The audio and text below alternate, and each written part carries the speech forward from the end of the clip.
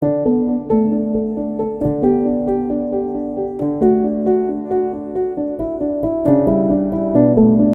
The lord, హల్లెలూయా. సమస్త మహిమ ప్రభు అయిన యేసుక్రీస్తునకే కలుగును గాక. ఆమేన్.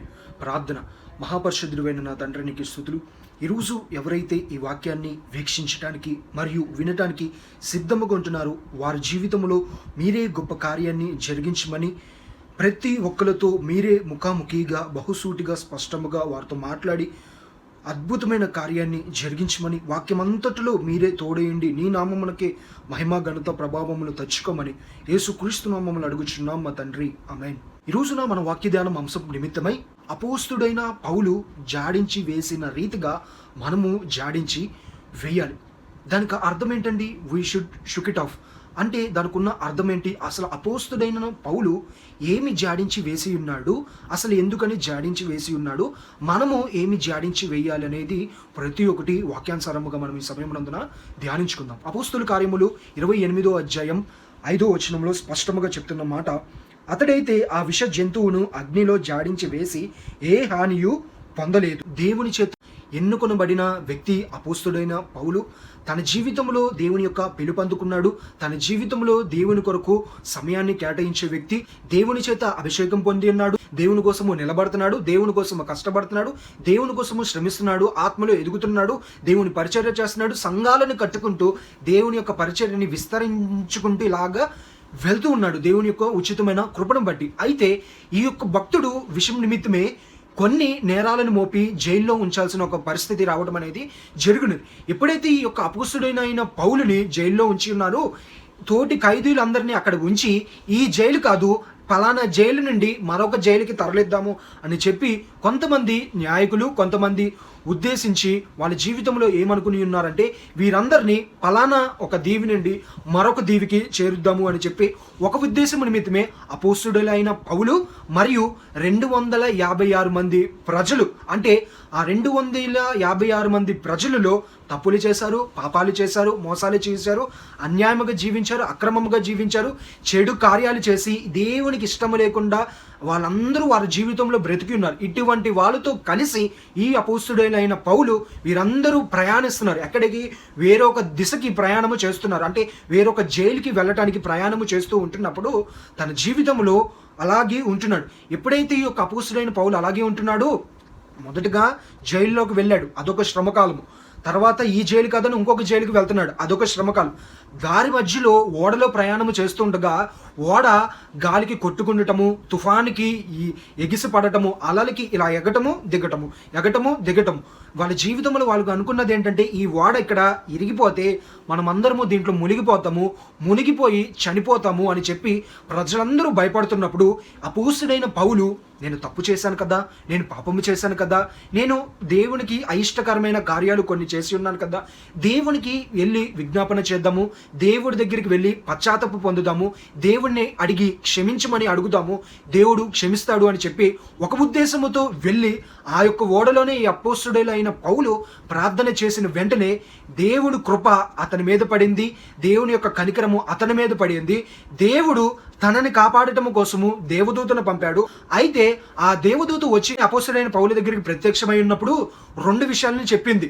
నేను పరలోకము నుండి వచ్చి ఉన్నాను, తండ్రి నన్ను పంపించాడు అని చెప్పి మొదటగా చెప్పిన మాట. రెండవది, నిన్ను రక్షించడానికే కాదు, నీ తోటి ఉన్న ఈ 256 మంది ఖైదీలని అందరినీ రక్షించడానికి నేను వచ్చి ఉన్నాను, దేవుని యొక్క ఆజ్ఞ అది, కాబట్టి భయపడమాకండి అని చెప్పిన వెంటనే దేవదూత నాకు ఇలా చెప్పింది, నేను ఇలాగ ప్రార్థన చేస్తే దేవుడు దేవదూతను పంపించాడు, ఆ దేవదూత నాకు ఇలా ప్రత్యుత్తరం ఇచ్చింది, కాబట్టి ఏ విషయం నిమిత్తమే మీరు భయపడాల్సిన అవసరం లేదు అని చెప్పి ఈ యొక్క అపోస్తుడైన పౌలు 256 మందికి తెలియపరచడం అనేది జరిగి ఉన్నది. ఎప్పుడైతే తెలియపరచడం జరిగి ఉన్నదో అందరూ అమ్మయ్య అని చెప్పి అనుకుని ఉన్నారు.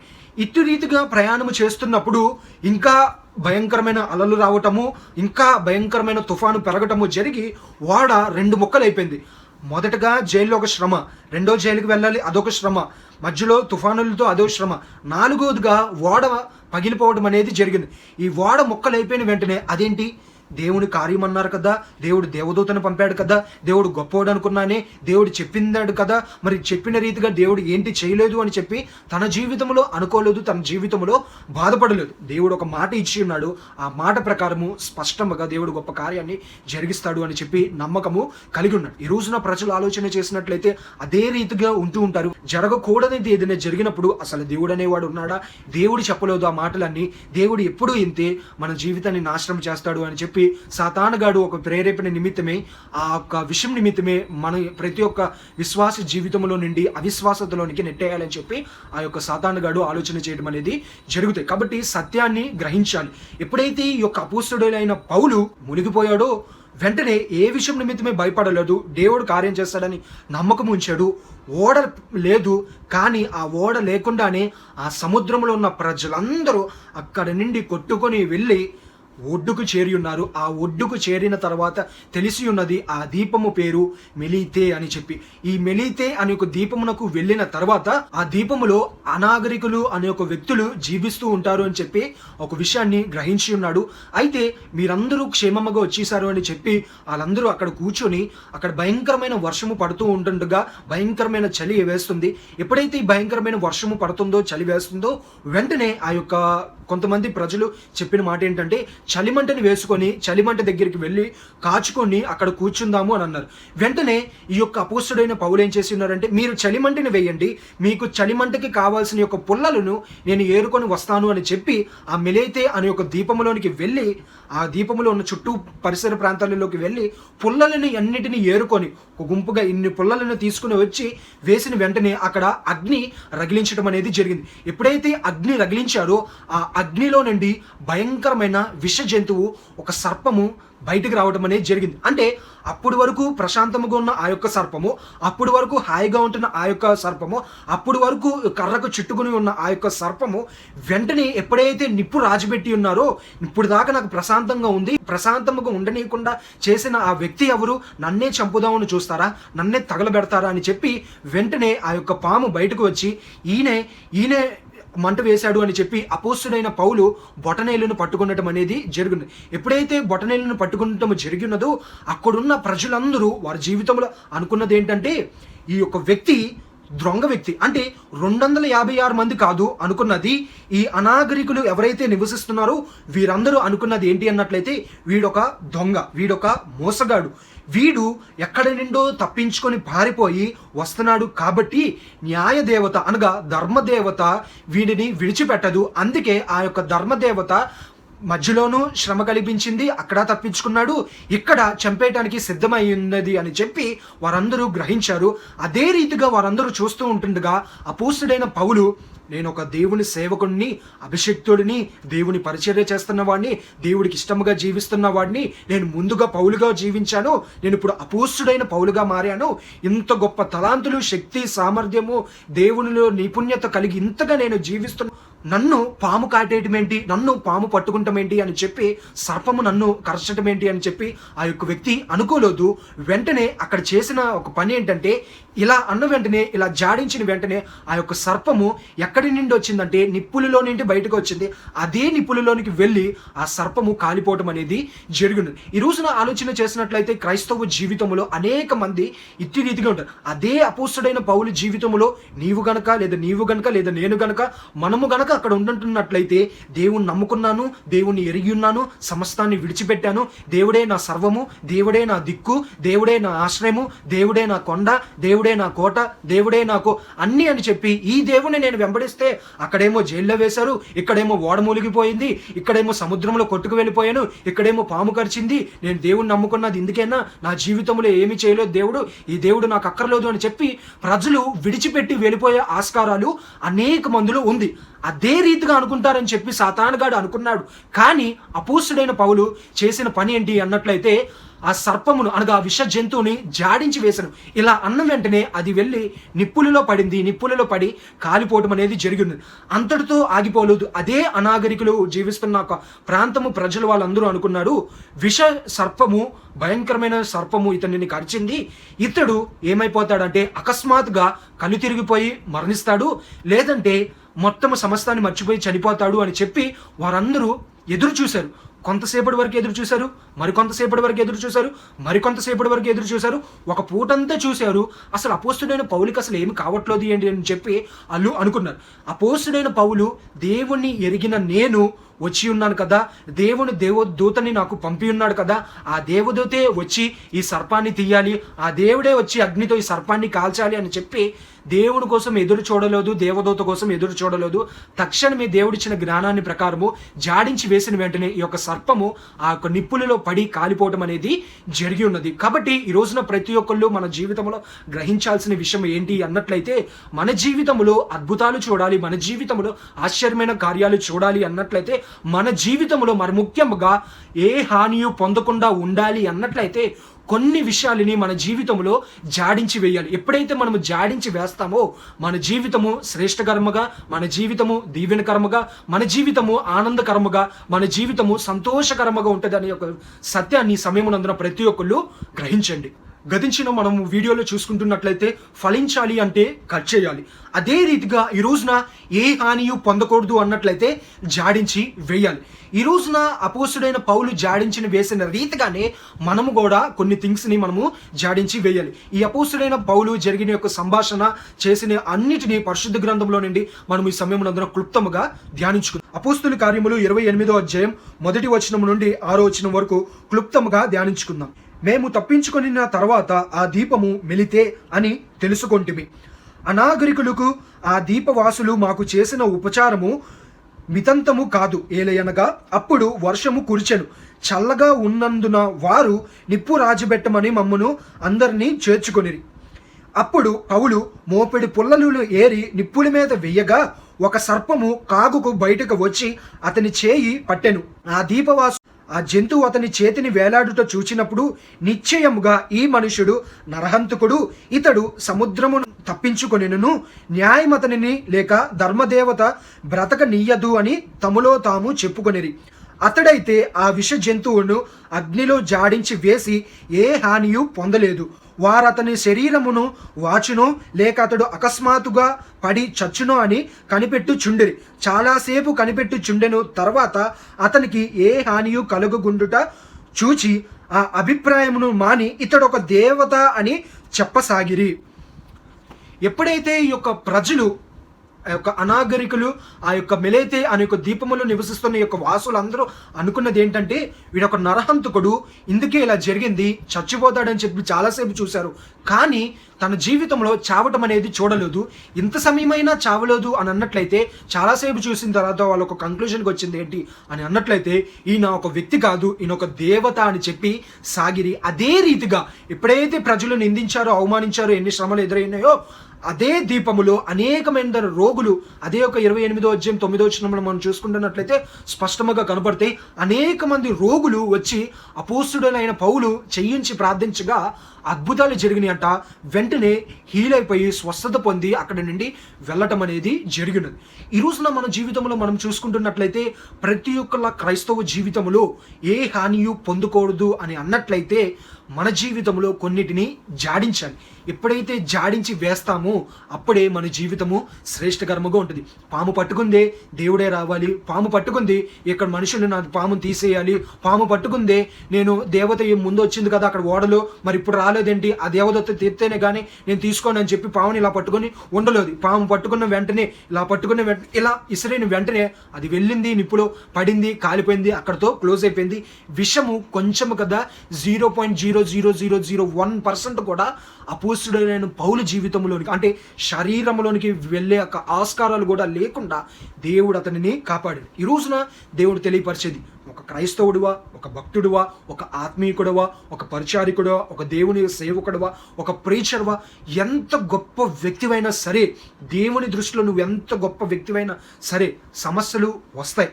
అపోస్తుడైన పౌలు సంఘాలు నిర్మించాడు, పరిచర్య చేశాడు, దేవుడికి ఇష్టముగా జీవించాడు, అనేక మందిని దేవుడి వైపు తిప్పారు.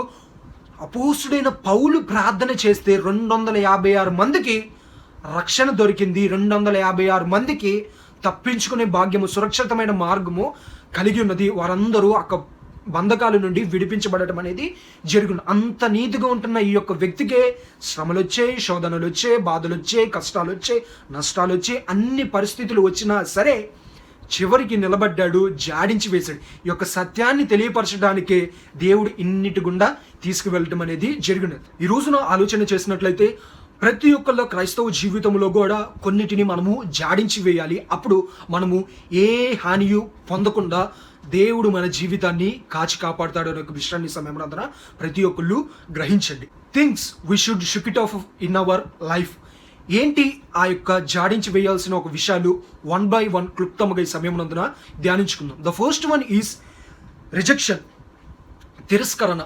ఈ రోజున ఆలోచన చేసినట్లయితే నీతిగా జీవిద్దాము, యథార్థముగా జీవిద్దాము, భక్తిగా జీవిద్దాము అని చెప్పి దేవుడి కోసం ఏదైనా చేద్దాము అని చెప్పి మన జీవితంలో మనము ప్రయాణము చేస్తూ ఉంటుండగా కొన్ని తిరస్కరణలు అనేవి వస్తూ ఉంటాయి. ప్రజలు మనల్ని తిరస్కరిస్తూ ఉంటారు. అంత మాత్రాన్న వాని దృష్టిలో నువ్వు పనికిరాని వ్యక్తివా, వాని దృష్టిలో నువ్వు ఒక అసహ్యుడువా కాదు. ఒక ఉద్దేశం నిమిత్తమే నిన్ను తిరస్కరించవచ్చు. వాళ్ళ యొక్క ఉద్దేశాలు, ఆలోచనలు ఏవైనా సరే దేవుని దృష్టిలో మాత్రము నువ్వు ఎన్నడూ తిరస్కరింపబడవు. ఆయన కృప మన ఎడల హెచ్చుగా ఉన్నది అనే విషయాన్ని సమయమునందున ప్రతి ఒక్కళ్ళు గ్రహించండి. ఈ రోజున వాళ్ళెవరో తిరస్కరించారండి, పలానా కంపెనీ వాళ్ళు తిరస్కరించారండి, పలానా బంధువులు తిరస్కరించారండి, పలానా స్నేహితులు నన్ను తిరస్కరించారండి, నా జీవితము ఎందుకండి అని చెప్పి చాలామంది బ్రతకటానికి కూడా ఇష్టపడట్లేదు. ఈ రోజున దేవుడు అనేది we should shook it off. అప్పుడైతే ఆ పాము పట్టుకుందో వెంటనే జాడించి వేశాడు, ముందుకు కొనసాగిపోయాడు. అదే రీతిగా వారు నన్ను తిరస్కరించారే, వీరు నన్ను తిరస్కరించారే, వారు నన్ను రిజెక్ట్ చేసేసారే, ఉద్యోగంకి వెళ్ళా, ఇంటర్వ్యూ అంతా కంప్లీట్ అయింది, నన్ను రిజెక్ట్ చేశారు, కాలేజ్కి వెళ్ళాను, సీట్ వస్తుందని ఒక ఆశతో రిజెక్ట్ చేశారు, వ్యాపారం బాగా అభివృద్ధి పొందుతుంది అని చెప్పి పెట్టుబడి పెట్టాను, లేదంటే వ్యాపారాన్ని స్టార్ట్ చేశాను, ప్రజలు నన్ను తిరస్కరించారు. Don't fear. ఈ రోజున దేవుడు చెప్పేది, ప్రజల దృష్టిలో నీవు తిరస్కరించబడిన వ్యక్తిగా నీవు ఉండొచ్చు, కానీ నా దృష్టిలో నీవు ఎన్నడూ తిరస్కరించబడిన వ్యక్తివి కావు. ఎప్పుడైతే ప్రజల జీవితంలో నువ్వు ఎప్పుడైతే రిజెక్షన్ అనగా తిరస్కరణ అవుతావో దేవునిలో అదే నీకొక రీస్టార్ట్మెంట్ అనగా కొత్త ప్రారంభముగా నీ జీవితము ఉంటుంది అనే ఒక విషయాన్ని ప్రతి ఒక్కరు గ్రహించి. And the second one is jealous, అసూయ. ఈ రోజున ఆలోచన చేసినట్లయితే ప్రతి ఒక్కళ్ళు గ్రహించాల్సిన ఒక విషయం ఉందండి.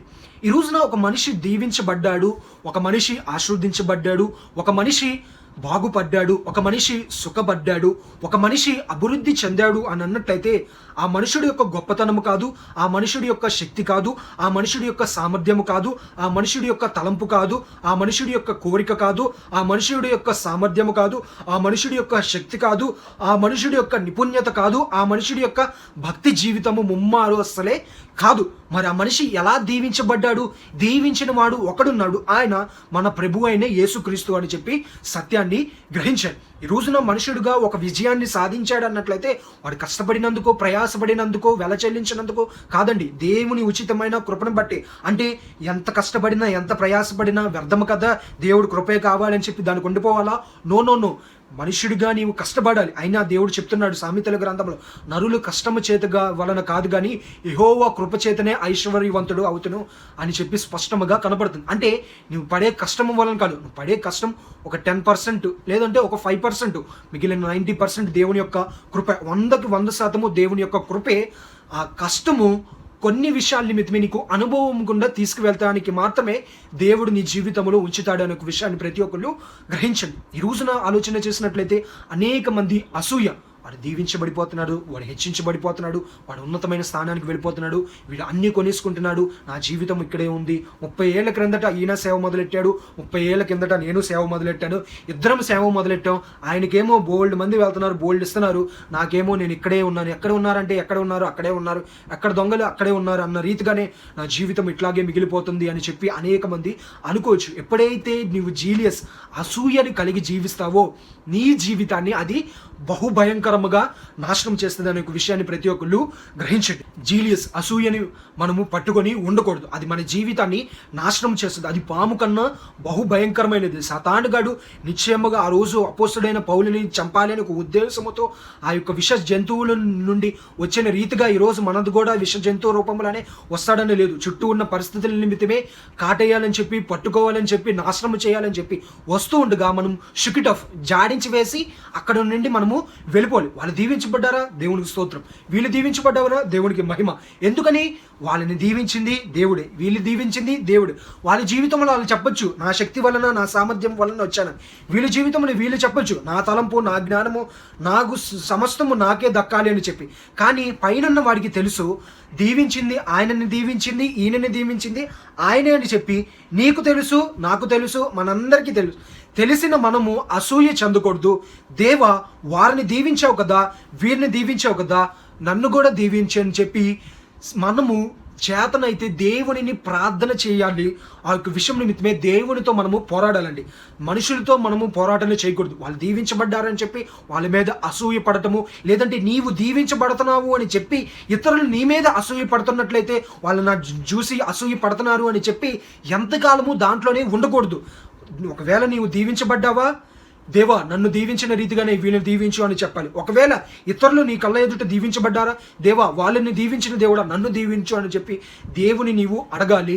అసూయ బహు భయంకరమైనది. ఈ అసూయ ఎప్పుడైతే మనిషిలోనికి ప్రవేశిస్తూ ఉంటుందో అది ఎన్ని కోరికలు తీర్చుకున్నా, ఎన్ని ఆశలు తీర్చుకున్నా సరే అది పోదండి.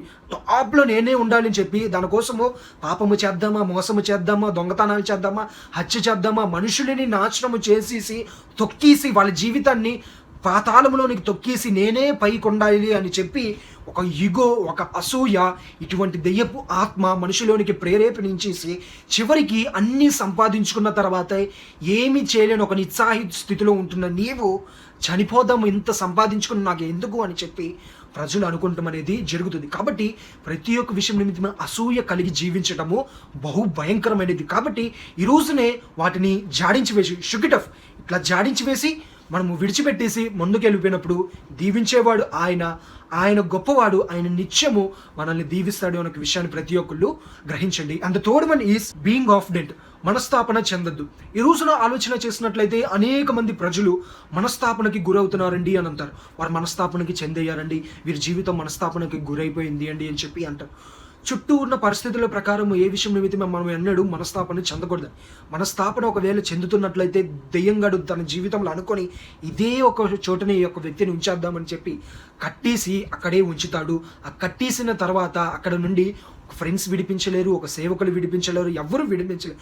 దేవుడి మీద నువ్వు ఆధారపడితే, దేవుడు జోక్యం చేసుకుంటే తప్ప అది ఎవరి వలన కాదు. కాబట్టి మనస్తాపన అనేది చెందకూడదు. ఈ రోజున అనేక మంది మనస్తాపన చెందుతూ ఉంటారు. అనేక మంది మనస్తాపనకి గురైపోతారు. జరగకూడదు ఏదైనా జరిగితే, చేయకూడదు ఏదైనా చేస్తే, ఏ విషయమైనా హఠాత్తుగా వింటే మనస్తాపనకు గురైపోయి వాళ్ళందరూ బాధపడుతుంటారు. ఇతరులు ఏమన్నా అనరాని మాటలు ఏమన్నా అంటే మనస్తాపనకి లోనైపోతారు. ఇన్ని రోజులు నేను ఉంటున్నానే, నా జీవితంలో ఏంటి అని చెప్పి మనస్తాపన చెందుతూ ఉంటారు. కానీ దేవుని వాక్యం ఈ రోజు ఏమి చెప్పబడుతుందంటే, you should shook it off. జాడించి వేసి అక్కడ నుండి వెళ్ళిపోవాలి. నిశ్చయముగా ఏ హాని నీవు పొందకుండా దేవుని నీ జీవితాన్ని దీవిస్తాడు. మొదటి జైల్లో వేసినప్పుడు పౌలు మనస్తాపనకి చెందలేదు. రెండో జైల్లోకి తీసుకువెళ్దామని వాడెక్కించినప్పుడు మనస్తాపనకి చెందలేదు. నడి సముద్రంలో ఉంటుండగా మనస్తాపనకి చెందలేదు. ఓడ ముక్కలైపోయినప్పుడు మనస్తాపన చెందలేదు. ఒడ్డుకు కొట్టుకొని వచ్చిన తర్వాత అనాగరికులను చూసిన తర్వాత మనస్తాపన చెందలేదు. పాము పట్టుకొని ఇట్లా పట్టేసుకొని అది వేలాడుతూ ఉంటున్నప్పుడు పాము నన్ను పట్టుకుందా అని చెప్పి మనస్తాపనకి చెందలేదు. నేనేదో ప్రార్థన చేసినందుకు ఊరికి దేవదూతని పంపి అలాగా కవర్ చేశాడేమో అని చెప్పి మనస్తాపనంలోకి వెళ్ళిపోలేదు. పాము నన్నే పట్టుకుంటామని ఇలా జాడించి వేసిన వెంటనే అది వెళ్ళి అగ్నిలో కాలిపోవడం అనేది జరిగి ఉన్నది. కాబట్టి మనస్తాపన చెందకుండా ఈ రోజున we should shook it off అంటే జాడించి వేసి మనం అక్కడ నుండి వెళ్ళిపోవటం అది ఎంతో శ్రేష్టకరము. And the fourth one is angry, కోపము. ఈ రోజున ఆలోచన చేసినట్లయితే ప్రతి ఒక్కరు సమాజంలో జీవితం, అది A category, B category, C category, అది వైటా బ్లాకా ఏదైనా సరే అండి. ఈ రోజున ఆలోచన చేసినట్లయితే ప్రజలకి కోపము, దైవ సేవకులకైనా, నీకైనా, నాకైనా, ఎవరికైనా కోపం ఉండటం అనేది సహజం. ఎవరైనా ఏదైనా చిన్న మాట అంటే కోపము, ఎవరైనా ఏమన్నా అంటే కోపము, రగిలిపోవటం అనేది జరుగుతుంది. వాడు బ్లడ్ బాయిల్ అయిపోతుందండి. ఏదో ఒకటి చేసేయాలి, ఏదో ఒకటి చేసేయాలి. ఏం చేసేస్తూ ఇతరులను వెళ్ళి కోపంలో అయినా చేస్తే ఆ యొక్క నింద నీ మీద పడినప్పుడు నీ జీవితమే నాశనం అయిపోయేది. ఎవరో జీవితము నాశనం అయిపోద్దు. నాశనం అయిపోయేది నీ జీవితమే, చెడిపోయేది నీ జీవితమే, పతనం అయిపోయేది నీ జీవితమే. ఏదో ఒక కోపములో, ఒక ఆవేశంలో, ఉద్రేకపూర్వకంగా ఇతరులని ఏమన్నా అన్న, ఇతరులని గాయపరిచినా, ఇతరులని నీవేమి చేసినా సరే అది నీ జీవితానికే ప్రభావితం అనేది చేస్తూ ఉంటుంది. కోపములో ఉన్నారు కదా అని చెప్పి దేవుని దూషించలేదు, 256 మంది ప్రజలని కొట్టలేదు, అనాగరికులను ఈ పాము ఇక్కడ ఉందేంటి అని చెప్పి ఆ యొక్క వ్యక్తిని ఆ యొక్క ప్రజలని అనటం అనేది జరగలేదు. అయితే వెంటనే ఈ యొక్క అపోస్తలుడైన పౌలు చేసినది ఏంటి అన్నట్టయితే జాడించి వేసి ఉన్నాడు, అద్భుతాన్ని చూశాడు, ఏ హానియో పొందలేదు. ఎప్పుడైతే ఏ హానియో పొందకుండా ఉంటున్నాడో అద్భుతమైన రీతిలో దీవించబడటం అనేది జరిగి ఉన్నది. కాబట్టి ఈ రోజున ప్రతి ఒక్కరి జీవితంలో కూడా కోపము అది ఎటువంటిదంటే బహు భయంకరమైనది, ఎదుటి జీవితాన్ని నాశనము చేస్తుంది, మరి ముఖ్యంగా నీ జీవితాన్ని నాశనము చేస్తుంది, మరి ముఖ్యంగా ప్రజలందరి దృష్టిలో నేను ఒక చెడ్డ వ్యక్తిగా నిన్ను చూపించడం అనేది జరుగుతుంది. కాబట్టి ఈ రోజున అటువంటి భయంకరమైన కోపాన్ని కూడా we should shook it off, అంటే జాడించి వేసి మన జీవితంలో ఏ హానియు పొందకుండా ఉండాలి. And the 5th one is discouragement, నిరుత్సాహతనము. ఈ రోజున ఆలోచన చేసినట్లయితే వాళ్ళు ఏదో అన్నారండి, నిరుత్సాహం చెందిపోవటం, వీళ్ళు తిట్టారండి, నిరుత్సాహంలోనికి వెళ్ళిపోవటం, వాళ్ళని పలానా దూషించిన మాటలు నా మీద పలికి ఉన్నారండి, నిరుత్సాహం పొందిపోవటం, వీళ్ళు నువ్వు సేవకి పనికిరావు అన్నారండి, నిరుత్సాహం చెందటం, వీళ్ళు నీ జీవితంలో ఎందుకు పనికిరావు అని చెప్పి అన్నారండి, నిరుత్సాహం పొందటం. ఇటువంటి నిరుత్సాహంలో కూడా ప్రతి ఒక్క విషయం నిమిత్తమే we should shook it off and move forward. మనం ధ్యానించుకుంటున్నట్లయితే అపోస్తుడైన పౌలుని ఎప్పుడైతే ఆ సర్పము అగ్నిలో నుండి వచ్చి బొటన వేలును పట్టుకుని ఏలాడుతుందో వెంటనే ప్రజలందరూ అన్నమాట, వీడు నరహంతకుడు, సముద్రంలో నుండి తప్పించుకొని వచ్చేసాడు, అందుకనే ధర్మదేవత లేదా న్యాయదేవత అతన్ని విడిచిపెట్టకుండా ఈ రూపంలో అతన్ని నాశనం చేయాలని వచ్చింది అని చెప్పి అనుకున్నారు. వెంటనే అపోస్తుడైన పౌలు, వాళ్ళు నన్ను డిస్కరేజ్మెంట్ చేస్తారా, నేను దేవుని సేవకుడిని, నేను అభిషక్తుడిని, నేను వీరుడిని, నేను గొప్ప వ్యక్తిని, నన్నే ఇంత మాట అంటారా అని చెప్పి వారు నిరుత్సాహంలోనికి వెళ్ళిపోలేదు. దేవుని నమ్ముకొని నేను ఇంత అవమానం పడుతున్నానేంటి అని చెప్పి బాధపడి డిస్కరేజ్మెంట్ నిరుత్సాహంలోనికి వెళ్ళిపోలేదు, నిరుత్సాహపడలేదు. వెంటనే వాళ్ళు ఏమనుకుంటారో నాకు అనవసరము, నేనైతే ఇలా అనుకుంటున్నాను అని చెప్పి జాడించి వేసి ఉన్నాడు. అపోస్తలుల కార్యములు 28వ అధ్యాయం 5వ వచనములో స్పష్టంగా ధ్యానించుకుందాం. అతడైతే ఆ విష జంతువుని అగ్నిలో జాడించి వేసి ఏ హానియు పొందలేదు. అంటే అతడైతే అంటే ప్రజలు నిరుత్సాహంలోనికి తీసుకువెళ్దామని చూశారు, కానీ ఎప్పుడైతే ఈ యొక్క అపోస్తుడైన పౌలు దేవుడి మీద ఆధారపడి ఉన్నాడు కాబట్టి వెంటనే జాడించి వేసి ఏ హానియు పొందలేదు. వాళ్ళు నన్ను అంత మాట అన్నారు ఏంటి అని చెప్పి అదే నిరుత్సాహంలో కనుక ఉంటున్నట్లయితే ఆ పాము ఆ విషమంతా పౌలులోనికి వెళ్ళేది, ఆ పౌలు మరణించడం అనేది జరిగింది. ఈరోజు ప్రజలు నిన్నేదో అన్నారని నిరుత్సాహంలో కనుక నీవు ఉంటున్నట్లయితే, ముమ్మారుగా అనేక మంది ఉంటున్నారు, అదే నిరుత్సాహంలో కనుక నీవు కొనసాగుతున్నట్లయితే నీ జీవితము నాశనం అయిపోతుంది, నీ కుటుంబ జీవితము నాశనం అయిపోతుంది, నీ వ్యక్తిగత జీవితము నాశనం అయిపోతుంది. కాబట్టి ఈ యొక్క విషయం నిమిత్తమే నిరుత్సాహ చెందకుండా, ఏ విషయం నిమిత్తమే నిరుత్సాహపడకుండా, నన్ను పిలిచినవాడు, నన్ను ఏర్పరచుకున్నవాడు, నా పట్ల ఒక తలంపు ఒక ఉద్దేశం కలిగిన వాడు నా తండ్రి, నా ప్రభు అయిన యేసుక్రీస్తు అనే సత్యాన్ని గ్రహించి జాడించి వేసి నిరుత్సాహాన్ని మనము ముందుకు వెళ్ళిపోయినప్పుడు అద్భుతాలు మన జీవితంలో చూస్తామనే సత్యాన్ని సమయమునందున ప్రతి ఒక్కరు గ్రహించండి. And the 6th one is depression, నిరాశ. ఈ రోజున ఆలోచన చేసినట్లయితే అనేక మంది డిప్రెషన్లోకి వెళ్ళిపోతుంటారు. వాళ్ళు అన్నారండి, వీళ్ళు అన్నారండి అని చెప్పి నిరాశలోనికి వెళ్ళిపోతూ ఉంటారు. ఈ రోజున ఆలోచన చేసినట్లయితే ఒక కొన్ని ఇయర్స్ బ్యాక్ జరిగిన నిజమైన సంఘటన, ఒక వ్యక్తి అనగా ఒక దైవ సేవకుడు, వారి యొక్క భార్య, తనకు ఒక 2 కుమారులు ఉండటం అనేది జరిగినది. ఈ దైవ సేవకుడు మరియు దైవ సేవకురాళ్ళు దేవునిచే వాడబడుతున్న వ్యక్తులు. అయితే ఈ 2 పిల్లలు ఇంట్లో ఉండటం అనేది జరిగినది. అయితే ఈ దైవ సేవకుడు ఒక వారానికి వచ్చే సమయానికి సిద్ధపడాలి, మెసేజ్ సిద్ధపడాలి, దేవుని వాక్యాన్ని సిద్ధపడి ప్రజలకు అందించాలి అని చెప్పి ఒక ఉద్దేశం కలిగి ఆ యొక్క వ్యక్తి బైబిల్ని తీసి చదువుతుండగా అనేకమైన వచనాలు దేవునిచే ప్రేరేపించబడటం అనేది జరిగింది.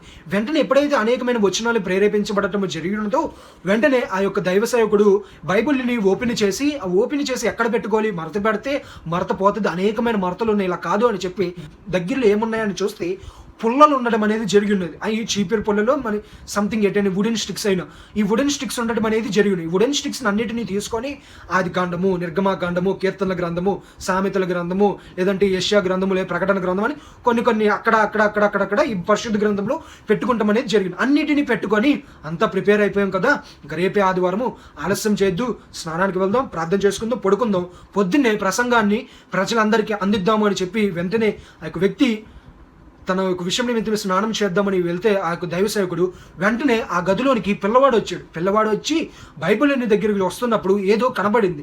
ఏంటి బైబిల్లో ఏముందా అని చూస్తే స్టిక్స్ ఉన్నాయి. ఏం స్టిక్స్? పుల్లలు. ఈ వుడెన్ స్టిక్స్ ఉన్నాయి ఏంటి అని చెప్పి ఆ యొక్క వ్యక్తి అనగా ఆ యొక్క కుమారుడు ఏం చేసి అన్నాడంటే మొత్తము వుడెన్ స్టిక్స్ అన్నిటిని గబా గబా గబా గబా అన్నిటిని తీసేసుకొని అన్నిటికీ ఒక బ్యాండ్ వేసేసి తీసుకొని వెళ్ళిపోయి తన రూమ్లో పెట్టుకున్నాడు. దైవ సేవకుడు యాజ్ యూజువల్గా వుడెన్ స్టిక్స్ అందులోనే ఉన్నాయనుకున్నారు. పొద్దున్నే లెగిశారు, సంఘానికి వెళ్ళి ప్రార్థన చేసి ఈ రోజున మన ప్రసంగం అంశము అని చెప్పి పరిశుద్ధ గ్రంథాన్ని ఓపెన్ చేస్తే వాక్యాలు కనిపించట్లేదు, అర్థం కావట్లేదు. పొల్లలేయి అని చెప్పి పరిశుద్ధ గ్రంథాన్ని మొత్తం వెతుక్కుంటూ సీరియస్గా వాళ్ళ వైఫ్ ఇలా చూసి పొల్లలేయి అని చెప్పి అడిగి ఉన్నారు. అంటే వెంటనే ఆ భార్య నాకు తెలియదు అని చెప్పి అంది. వెంటనే అది చూస్తుండగా ఏమీ అర్థం కాలేని పరిస్థితి. ఇదేంటి, నేను అనేకమైనవి గుర్తుపెట్టుకోలేక రాసుకోలేదు. పరిశుద్ధ గ్రంథంలో నేను ఇలా పెట్టుకున్నాను, బైబిల్ థ్రెడ్ లాగి పెట్టుకున్న రీతిగా అన్నిటిని పెట్టుకున్నాను, కానీ ఇప్పుడు ఈ లెవ్వు నేను ఏమి ప్రజలకి అందించా. పొల్లలేయి అని చెప్పి అన్న వెంటనే వాళ్ళ కుమారుడు లెగిసి పొల్లలే నేను చూశాను, ఇంట్లో పెట్టాను అని అన్నారు. వెంటనే ఇంట్లో పెట్టావు అని చెప్పి ఇప్పుడు ఎలాగా ఏం చేయాలో తెలియక ఆ వ్యక్తికి ఏమీ తెలియక ఈరోజు సాధారణంగా మనం చూసుకుంటున్నట్లయితే అందరికీ నోటెడ్ అయిన ఒక వాక్యం ఉంది. అదేంటో కాదు, యోహాను 3:16 దేవుడు లోకాన్ని ఎంతో ప్రేమించిన కాగా తన అద్వితీయ కుమారుడిని.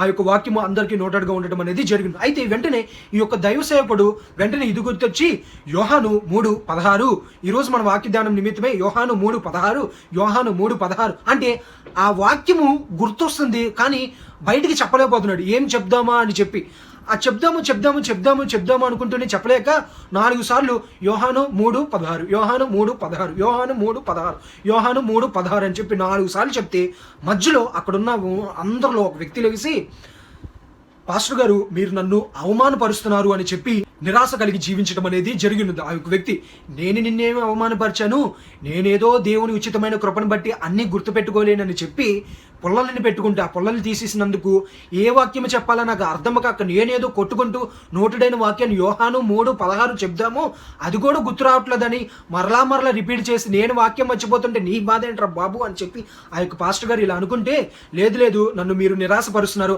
అందరు ఎదుట సంఘంలో ఉన్న వాళ్ళందరూ ఎదుట నన్ను నిరాశపరుస్తున్నారు. నేనేం నిరాశపరిచాను?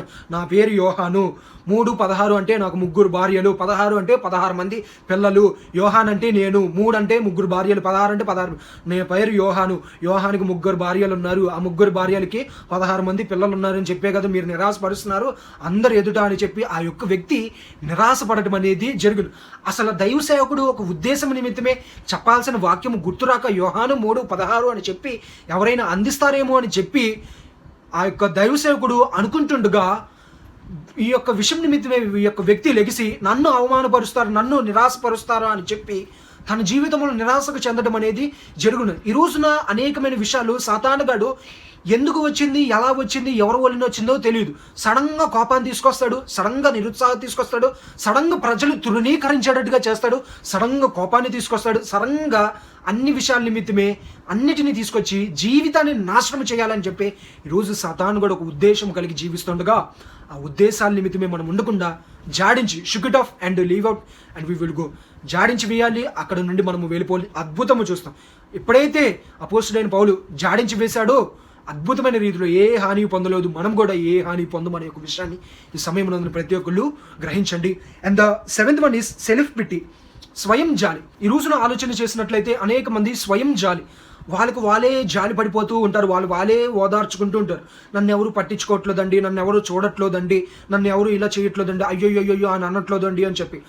పోయిన వారం కాకుండా అంతకు ముందు వారం ధ్యానించుకున్న వాక్యము ప్రకారమే ఒక వ్యక్తి తన జీవితంలో అనుకున్నాడంట, పలానా వ్యక్తి గురించి అందరూ మాట్లాడుతూ ఉంటే ఎందుకని ఆ వ్యక్తి గురించి మాట్లాడుతున్నారంటే తను చనిపోయాడంట, ఆత్మహత్య చేసుకొని చనిపోయాడంట, అన్నీ ఉన్నా అందుకని అంత భాగ్యం ఏమొచ్చింది అని చెప్పి అయ్యో అని చెప్పి అన్నారంట. ఈ వ్యక్తిని అనట్లేదు, పుట్టినప్పటి నుండి ఎవరు అనట్లేదు అని చెప్పి ఈ వ్యక్తి కూడా ఆత్మహత్య చేసుకుంటూ అంటారని చెప్పి ఆ వ్యక్తి వెళ్ళి ఆత్మహత్య చేసుకున్నారు. స్వయం జాలి, నా మీద జాలి చూపించాలి, జాలి కోసం ఆ వ్యక్తి ఆత్మహత్య చేసుకున్న దెయ్యము ఎంతో దుర్మార్గుడో ఈ రోజున ప్రతి ఒక్కళ్ళు గ్రహించాలి. ఒక స్వయం జాలి కోసము దేవుడిచ్చిన జీవితాన్ని విడిచిపెట్టుకుంటావా? ఒక స్వయం జాలి కోసము దేవుడిచ్చిన పరిశుద్ధ జీవితాన్ని వదులుకుంటావా? ఒక స్వయం జాలి కోసం దేవుడిచ్చిన నిత్య జీవాన్ని వదులుకుంటావా? అంత దౌర్భాగ్య స్థితిలో ఈరోజు ప్రజలు ఉంటున్నారు. అనేక మంది ఇదే స్వయం జాలిలో, నన్ను ఎవరు పట్టించుకోవట్లేదు, నన్ను ఎవరు చూడట్లేదు, నన్ను ఎవరు చేయట్లేదు, నాకెవరు పట్టించుకోవట్లేదు అని చెప్పి అనేక మంది ఉంటున్నారు. నో నో నో నో ఈరోజు అపోస్తుడైన పౌలు ఏదైతే చేశాడో అదే రీతిగా మనం కూడా చేయడానికి దేవుడు మనల్ని పిలిచిన్నాడు అనే ఒక విషయాన్ని ప్రతి ఒక్కరు ఈ సమయమునందున గ్రహించండి. పాము పట్టుకున్నప్పుడు 256 మందికి విడిపించాను కదా, వాళ్ళు రాలేదే, దేవదూత మధ్యలో ప్రత్యక్షమై వచ్చింది, వాళ్ళు రాలేదే, అనాగరికులు ప్రజలు నాకు రాలేదేంటి, ఈ దీవులో ఉన్న వాళ్ళందరూ నన్ను పట్టించుకోలేదేంటి, దేవుడు నన్ను పట్టించుకోలేదేంటి అని చెప్పి అయ్యయ్యో అని చెప్పి కూర్చొని ఆ పాము ఆ బొటనేలు పట్టుకుంటే అయ్యయ్యో అని చెప్పి అందరూ అంటారని చెప్పి ఇలా చూపించుకుంటూ ఉండలేదు. ఇలా జాడించి వేసిన వెంటనే ఆ సర్పము దాంట్లోకి వెళ్ళి కాలిపోవటం అనేది జరిగినది. ఈ రోజున ప్రతి ఒక్క విషయం నిమిత్తమే నీవు నీతిగా జీవించిన, యథార్థముగా జీవించిన, భక్తిగా జీవించిన, పరిశుద్ధంగా జీవించిన జీవించకపోయినా, దేవుళ్ళు ఉన్నా లేకపోయినా, పరిశుద్ధ మార్గాన్ని ఎంచుకున్నా ఎంచుకోకపోయినా, దేవుడి కొరకు నువ్వు ప్రయాస పడకపోయినా, కష్టపడకపోయినా, శ్రమించకపోయినా, నీ తలాంతులన్నింటినీ ఉపయోగించకుండా నీ జీవితంలో నీవు ఉంటున్నా సరే, ఈ రోజున స్వయం జాలికి నువ్వు కోరటం అనేది దేవుని యొక్క ఉద్దేశము కాదు. స్వయం జాలి, సెల్ఫ్ పిటీ. ఈ రోజున అనేక మంది స్వయం జాలి కోసము ఎదురు చూస్తుంటారు. నన్ను అందరూ జాలి పడాలి, నన్ను అందరూ చూసి కనికరం పొందాలి, నన్ను అందరూ చూసి అయ్యయ్యో అని చెప్పి అనాలి అని చెప్పి అదే రీతిగా అందరూ చూడాలి, అందరూ జాలి పడాలి అనుకున్నట్లయితే నీ జీవితం ఎప్పటికీ దీవించబడదు, ఎప్పటికీ ఆశీర్వదించబడదు, ఎప్పటికీ నీవు ఉన్నతమైన స్థానంలోనికి రావు. అపోస్తుడైన పౌలు చేసిన రీతిగానే ఈ రోజున వాళ్ళేమనుకుంటారు, వీళ్ళేమనుకుంటారు అన్నిటినీ వదిలిపెట్టి స్వయం జాలి కోసము చూడకుండా దేవుడు నా పట్ల ఏమైతే ఉద్దేశం కలిగి ఉన్నాడు అదే నాకు ముఖ్యమని జాడించి వేసి మనం వెళ్తున్నప్పుడు అద్భుతమైన రీతిలో మన జీవితంలో గొప్ప కార్యాలను చూస్తామని సత్యాన్ని సమయంలో ప్రతి ఒక్కళ్ళు గ్రహించండి. 8th వన్ ఈస్ క్రైసిస్, సంక్షోభం. నేనేమి చేయలేనండి, నా వలన కాదండి, నా దగ్గర తగిన డబ్బు లేదండి, తగిన సామర్థ్యము లేదండి, అన్నీ నా దగ్గర ఇవ్వండి అంటే ఎవరి దగ్గర ఏమీ ఉండవు. అందరూ దానిని సాధించుకునే రీతిలో ఉంటారు. కాబట్టి నీవు కూడా అట్టి రీతిగా ఉండాలి అని చెప్పి దేవుడు ఆశపడుతున్నాడు. ఈరోజు నా క్రైసిస్, ఆర్థికమైన ఇబ్బందులు, సంక్షోభాలు నీకు వస్తాయి. అన్నిటిలో పర్ఫెక్ట్గా ఉండి నీవు యథార్థముగా దేవుడికి ఇష్టంగా జీవిస్తున్నప్పుడు ఏ విషయంలో దెబ్బ కొట్టడానికి లేకుండా నీ రాబడి మార్గంలో దెబ్బ కొట్టాలని సాతాను కూడా వచ్చి రాబడి మార్గమునికి బ్రేక్ వేస్తాడు. మరి ముఖ్యంగా నీవు దేవుడికి బహుబలముగా డబ్బులు ఇచ్చే వ్యక్తిగా నీవు ఉంటున్నట్లయితే అక్కడ కూడా వచ్చి బ్రేక్ వేస్తాడు. ఎప్పుడైతే ఈ యొక్క బ్రేక్ వేసినప్పుడు ఈ క్రైసిస్, ఈ సంక్షోభము గుండా వెళ్తున్నప్పుడు, ఆర్థిక ఇబ్బంది గుండా వెళ్తున్నప్పుడు, ఆర్థికంలోనే ఉంటున్నానా, నా జీవితం ఇంతే, నా గతి ఇంతే, నా పరిస్థితులు ఇంతే, ఈ పరిస్థితులకి మార్పులు రావు, ఈ సంక్షోభము తీరదు, ఇంకెప్పుడు డబ్బులు వస్తాయి, ఇంకెప్పుడు బాగుపడతాను, ఇంకెప్పుడు పరిస్థితులు మారుతాయి, ఇంకెప్పుడు అన్నిటిని పొందుకుంటాను, ఇంకెప్పుడు అన్నిటినీ చూస్తాను అని చెప్పి నీవు కనుక అక్కడే ఉంటున్నట్లయితే ఆ యొక్క విషయం నిమిత్తమే అది ఎన్నడూ నీవు పొందుకోలేవు. నిశ్చయముగా నీ జీవితాన్ని అది మరి ముఖ్యముగా హాని చేస్తుంది. అందుకని సామెతల గ్రంథంలో స్పష్టమైన ఒక మాట, ఐశ్వర్యము పొందుటకు నీవు ప్రయాసపడకము, అట్టి అభిప్రాయము నీకు కలిగినను దానిని విడిచిపెట్టుము అని అంటున్నాను. అంటే ఈ ఆర్థిక గుండెలలో సంక్షోభము గుండా వెళ్తున్నప్పుడు దానికోసమే ఆలోచిస్తూ, దానికోసమే ఎదురు చూస్తూ, దానికోసమే నీ జీవిస్తూ వెళ్తూ ఉంటున్నట్లయితే అది నీ జీవితంలో ఎన్నడూ దీవెనకరముగా ఉండదు, మరి ముఖ్యంగా హానికరముగా ఉంటుంది. కాబట్టి వాటిని జాడించి వేసి ముందుకు వెళ్ళిపోవటము అది దేవుని యొక్క ఉద్దేశము అనే ఒక విషయాన్ని ఈ సమయమునందున గ్రహించండి. And the last and final one is, 9th one is criticism, విమర్శలు. ఈ రోజున నీవు నీతిగా జీవించిన విమర్శలు వస్తాయి, అవినీతిగా జీవించిన విమర్శలు వస్తాయి, పరిశుద్ధముగా జీవించిన విమర్శలు వస్తాయి, పాపంలో జీవిస్తున్న విమర్శలు వస్తాయి, లోకానుసారముగా బ్రతుకుతున్న విమర్శలు వస్తాయి, క్రీస్తు గుండా నీవు ప్రయాణం చేస్తున్న విమర్శలు వస్తాయి, అందరి ఎదుట నీవు బహుబలంగా కనబడాలి అన్నా సరే విమర్శలు వస్తాయి, అందరి ఎదుట నీవు తలదించుకునే ఒక పని చేసినా విమర్శలు వస్తాయి. బాగా చేస్తే వీడికి ఎక్కువైపోయింది, వీడు దీవించబడిపోతున్నాడు, అసలు ఇదేనా చెప్పే రీతిగా అని చెప్పి విమర్శలు చేస్తారు. ఏమీ చేయకపోతే వీడు అసలు దేనికి పనికిరాడు అండి అని చెప్పి విమర్శలు చేస్తూ ఉంటారు. ప్రతి ఒక్క విషయం నిమిత్తమే విమర్శలు అనేవి వస్తూ ఉంటాయి. రోడ్డు మీద ప్రయాణం చేస్తూ ఉంటుండగా కుక్కలు పక్కన అరుస్తూ ఉండటం అనేది జరుగుతాయి. కుక్కలు అరుస్తున్నాయి కదా అని చెప్పి ప్రతి కుక్క దగ్గర రాయి పట్టుకుని ఆగుతున్నట్లయితే నీ గమ్యానికి నువ్వు ఏ రోజు చేరుకోలేవు. ఆ కుక్కలతో ఆడుకుంటాం, ఆ కుక్కలను కొట్టడం, ఆ కుక్కలను తోలటం, జీవితం అంతా ఆ కుక్కలు నువ్వుతోనే కంప్లీట్ అయిపోతుంది. చూసే ప్రజలందరూ అనుకుంటాడు కుక్కలు పిచ్చివి, వీడు పిచ్చోడు అని చెప్పి అనుకుంటారు. కాబట్టి ఈ రోజున దేవుడు తెలియపరిచేది క్రిటిసిజం, విమర్శలు వస్తాయి. పట్టించుకోకూడదు, ముందుకు వెళ్ళిపోవాలి. నిన్ను కనినవాడు, నిన్ను సృష్టించినవాడు, నిన్ను నిర్మించినవాడు, నీ పట్ల ఒక తలంపు, ఒక ఉద్దేశం, ఒక ప్రణాళిక, ఒక ఆలోచనల అన్నిటినీ కలిగి ఉన్నాడు ప్రభువైన యేసుక్రీస్తు. ఆయన కొరకు నీవు జీవించాలి. మరి ముఖ్యంగా ఆయన కొరకు నీవు జీవిస్తుండగా లోకంలో అనేకమైన విమర్శలు వస్తాయి. తిట్టేవాళ్ళు, కొట్టేవాళ్ళు, గాయపరిచేవాళ్ళు, నష్టపరిచేవాళ్ళు, విమర్శించేవాళ్ళు, దూషించేవాళ్ళు, హేళన చేసేవాళ్ళు, ఎగతాళి చేసేవాళ్ళు అనేక మంది వస్తారు. ఎంతమంది వచ్చినా సరే shook it off and move forward. ఎప్పుడైతే దేవుని సేవకుడిగా పిలువబడుతున్న ఈ యొక్క పౌలు జైల్లోకి వెళ్ళాడు, 256 మంది వ్యతిరేకంగా మారి ఉన్నారు. అదే రీతిగా అనాగరికులు, ప్రజలు వ్యతిరేకంగా మారి ఉన్నారు. ఈయన ఒక నరహంతకుడు అని అన్నారు. దేవుని సేవకుని పట్టుకొని ఇన్ని విమర్శలు చేసినా సరే నన్నే విమర్శిస్తారా అని చెప్పి పగ తీర్చుకోలేదు, కక్ష తీర్చుకోలేదు, విమర్శ చేస్తున్నారని చెప్పి అక్కడే మిగిలిపోలేదు. Shook it off and move forward. ఆ స్నేక్ పట్టుకున్న వెంటనే జాడించి వేశాడు, ముందుకు వెళ్ళిపోవటం అనేది జరిగింది. కాబట్టి ఈ రోజున ప్రతి ఒక్కరి జీవితంలో కూడా shook it off and move forward. ఈ రోజున అపోస్తుడైన పౌలు దేవునికి ఇష్టముగా జీవించాడు, దేవుని పరిచర్య చేశాడు, దేవుని కోసము అనేకమైన సంఘాలను నిర్మించాడు, దేవుని వైపు అనేక మంది ప్రజలను తిప్పి ఉన్నాడు, దేవుని కోసం ఇష్టముగా జీవించాడు, అనేకమైనవి దేవుని చేత పొందుకున్నాడు, అభిషక్తుడిగా మారి ఉన్నాడు. అన్ని కలిగి ఉన్న ఈ అపోస్తుడైన పౌలు తన జీవితంలో అకస్మాత్తుగా ఎటువంటి పరిస్థితి వచ్చినప్పుడు పరిస్థితుల నిమిత్తమే అక్కడే ఉండిపోలేదు, జాడించి వేశాడు, ముందుకు ప్రయాణం చేశాడు. అదే రీతిగా ఈ రోజున ఆత్మీయ జీవితంలో కూడా ఫలించాలంటే కట్ చేయాలి. ఈ రోజున నీవు ఫలించాలి, అన్ని విషయాల్లో ఫలించాలంటే కట్ చేయాలి. ఒక మంచి మొక్క పెరుగుతున్నప్పుడు పక్కన కొన్ని కలుపు మొక్కలు అనేది పెరుగుతూ ఉంటాయి. ఈ మొక్క ఒక 2-3 నెలలకు వచ్చిందనుకోండి, ఈ మొక్క నెలలోనికే వచ్చేద్దామని చెప్పి వచ్చేస్తాయి. అంటే నేను అన్ని గొప్పగా ఎదిగిపోయాను అనుకో, ఇది ఇక్కడే ఉంటుంది, ఇలా కప్పేద్దాము, దీన్ని నాశనం చేద్దాము అని చెప్పి కలుపు మొక్కలన్నీ కూడుకొని గుంపుగా వస్తాయి. అప్పుడు ఏం చేయాలి? ఫలించాలంటే కట్ చేయాలి. ఆ చెట్టు ఎదగాలి అన్నట్లయితే చుట్టూ ఉన్న కలుపు మొక్కలన్నిటిని కట్ చేస్తాము. అప్పుడే ఈ యొక్క మొక్క ఫలించడము, పువ్వు కాయటము, మంచి పరిమళమైన సువాసన బయటకు రావడం అనేది జరుగుతుంది. అదే రీతిగా ఈ రోజున నీ జీవితంలో కూడా ఫలించాలంటే కట్ చేయాలి. మరి ఈ రోజున వాక్య ప్రకారము మన జీవితంలో ఏ హానియు పొందకూడదు అన్నట్లయితే, మరి ముఖ్యంగా అన్ని విషయాల్లో దీవించబడాలంటే జాడించి వేయాలి. జాడించి వేసినప్పుడు మన జీవితంలో మనము బాగుపడతాము. కాబట్టి ఈ రోజున ఒక తీర్మానం తీసుకోండి.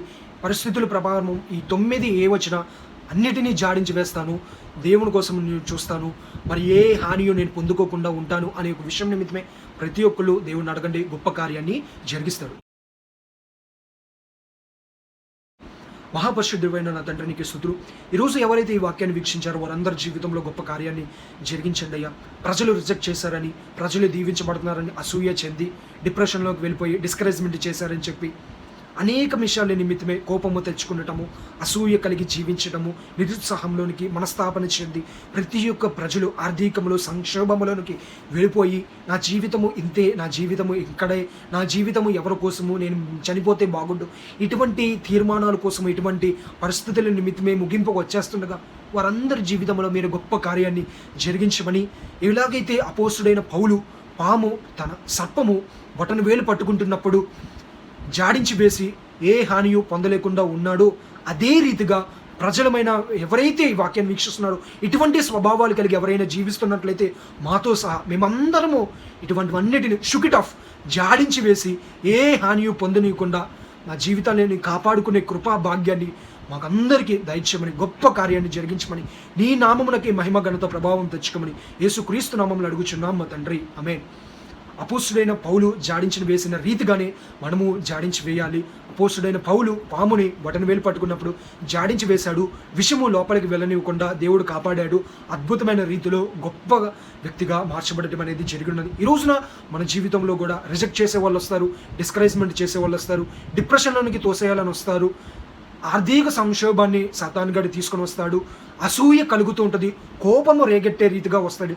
అన్నిటినీ shook it of, move forward. We will bless you more and more. ఆయన దీవెనలు సమృద్ధంగా ఉంటాయని ఒక విషయాన్ని ఈ సమయమునందున ప్రతి ఒక్కళ్ళు గ్రహించండి. మనుషులు సహాయం చేస్తే, మనుషులు హెచ్చిస్తే, మనుషులు దీవిస్తే కొంచెమే, ఆయన దీవెనలు ఆకాశం వాకిలిని విప్పి పట్ట జాలనంత విస్తారమైన దీవెనలు నీకు ఇస్తానన్నాడండి. అంత దీవెనలు ఆయనలో ఉంటుండగా ఈ రోజున వీటన్నిటిని పట్టుకొని నన్ను చూడలేదు అని ఇటు పట్టుకుందా జీవితాన్నే పట్టేసుకుందా, షుక్ ఆఫ్, నాకు అక్కర్లేదు వీటన్నిటిని, దేవుడు నాకు ముఖ్యము, ముందుకు వెళ్ళిపో, తప్పనిసరిగా దేవుడు నిన్ను దీవిస్తాడు అనే విషయాన్ని ప్రతి ఒక్కళ్ళు గ్రహించండి. దేవుడి వాక్యాన్ని దీవించి బహుగా ఆశీర్వదించును గాక. ఆమేన్. ఈ వాక్యమైన అందరికీ నా ప్రత్యేకమైన వందనాలు తెలియజేస్తున్నానండి. సమస్త మహిమ ఘనత ప్రభువైన యేసుక్రీస్తునకే కలుగును గాక. ఆమేన్. God bless you all.